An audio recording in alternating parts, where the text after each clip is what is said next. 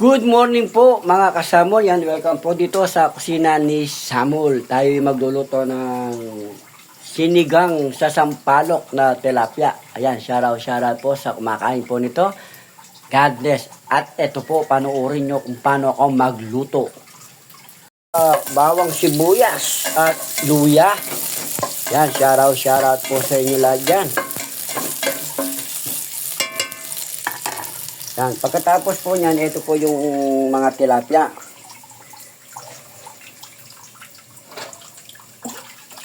Yan. Buwas na natin yung tubig. Yan, tubig.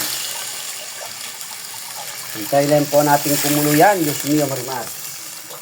Yung iba yung mga diskarte niyan eh. Tapos ito po yung sampalok, kangkong, tsaka tawag dito, sili. Yan, pakuluin ko lang po ng konti yan. Tapos, doon ko isasama yung mga tilapia. Hintayin po natin kumulo. Yan, sa mga kumakain po nito, yan, shoutout po sa inyo lahat dyan. Yan po, lininis ko po yung tilapia. Inalis ko po siya ng ito. Alisin ko po yung dugo niya dito, sa loob. Para maalis po yung lansa niya. Yan, sinisipiliwen ko po. Yan, pa yan. Shoutout po. Alisin ko po yung dugo niya dito para hindi malansa at maputi po yung sabaw niya. Yan. Dapat doble linis po para maano po yung isda natin.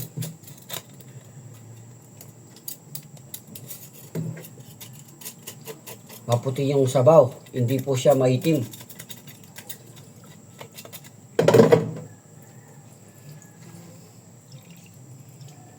At ito na po yung tilapia na sinasabi ko po sa inyo, napaka-fresh. Ayan po.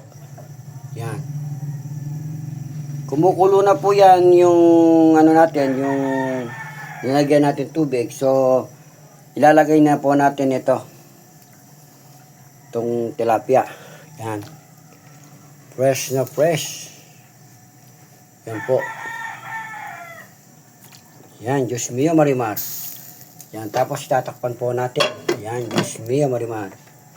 Para hindi naman masayang po, lalagyan natin ng sili. Yan, sili para tumanggap yung lasa. Yan. Hintayin lang po natin kumulo yan, tapos lalagay ko na po yung sampalok. Tapos yung kangkong, may wagang kangkong. Ayan, shoutout po sa inyo lahat dyan. Po, ayan, kumukulo na po. Pero, yan, aalisin ko po yung nasa taas. Kasi, yan, marumi. Yan, para maalis po yung yung dumi ng isda. Yan.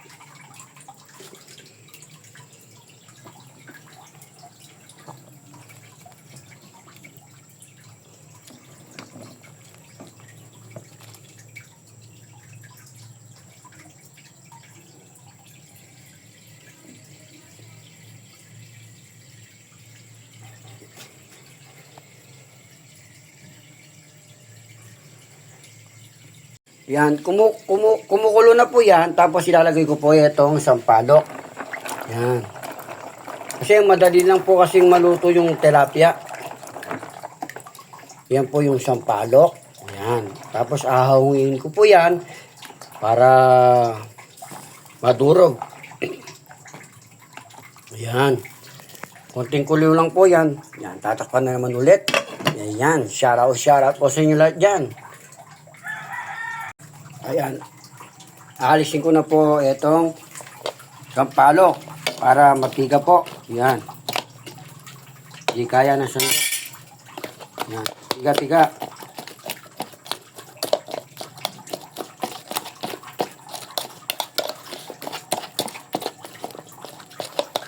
Yan, pinipiga ko po para manuot yung lasa or matanggap yung lasa. Para yung asim nandun, yan. Shoutout po. Ayan po, pinipiga yung sampalok para Masarap. Yung iba po kasi, sinasala po etong sampalok para yung balat saka buto hindi sasama or hindi sinasama talaga. Pero ako, gusto ko po yung malalasahan ko po talaga yung balat, yung buto sa sabaw. Kaya lalagay ko na po dito.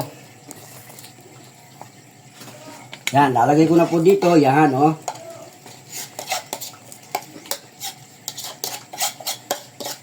Yan, sabaw. Sayang sabaw. Yan.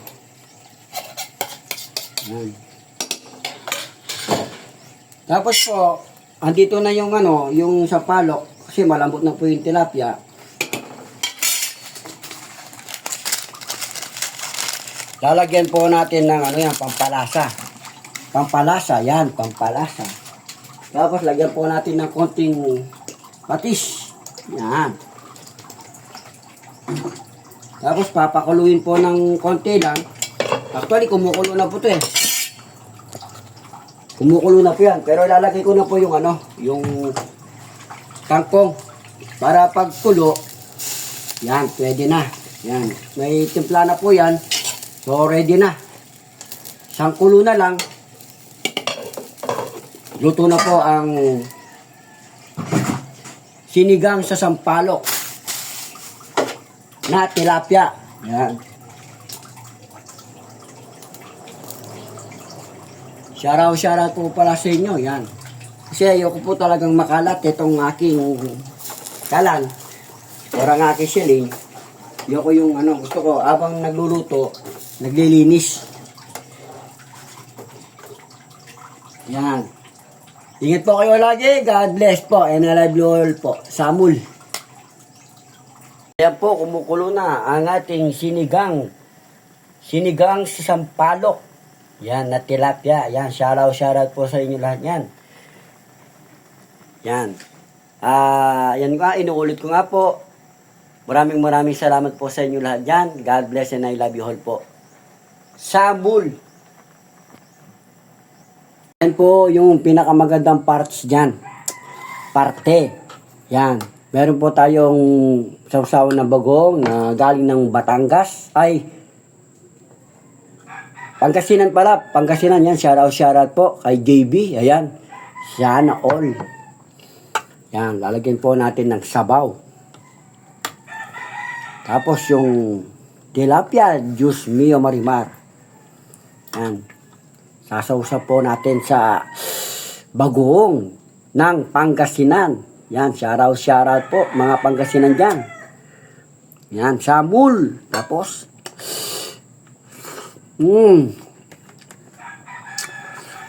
harap. Ingat po kayo lagi. God bless and I love you all po. Samul.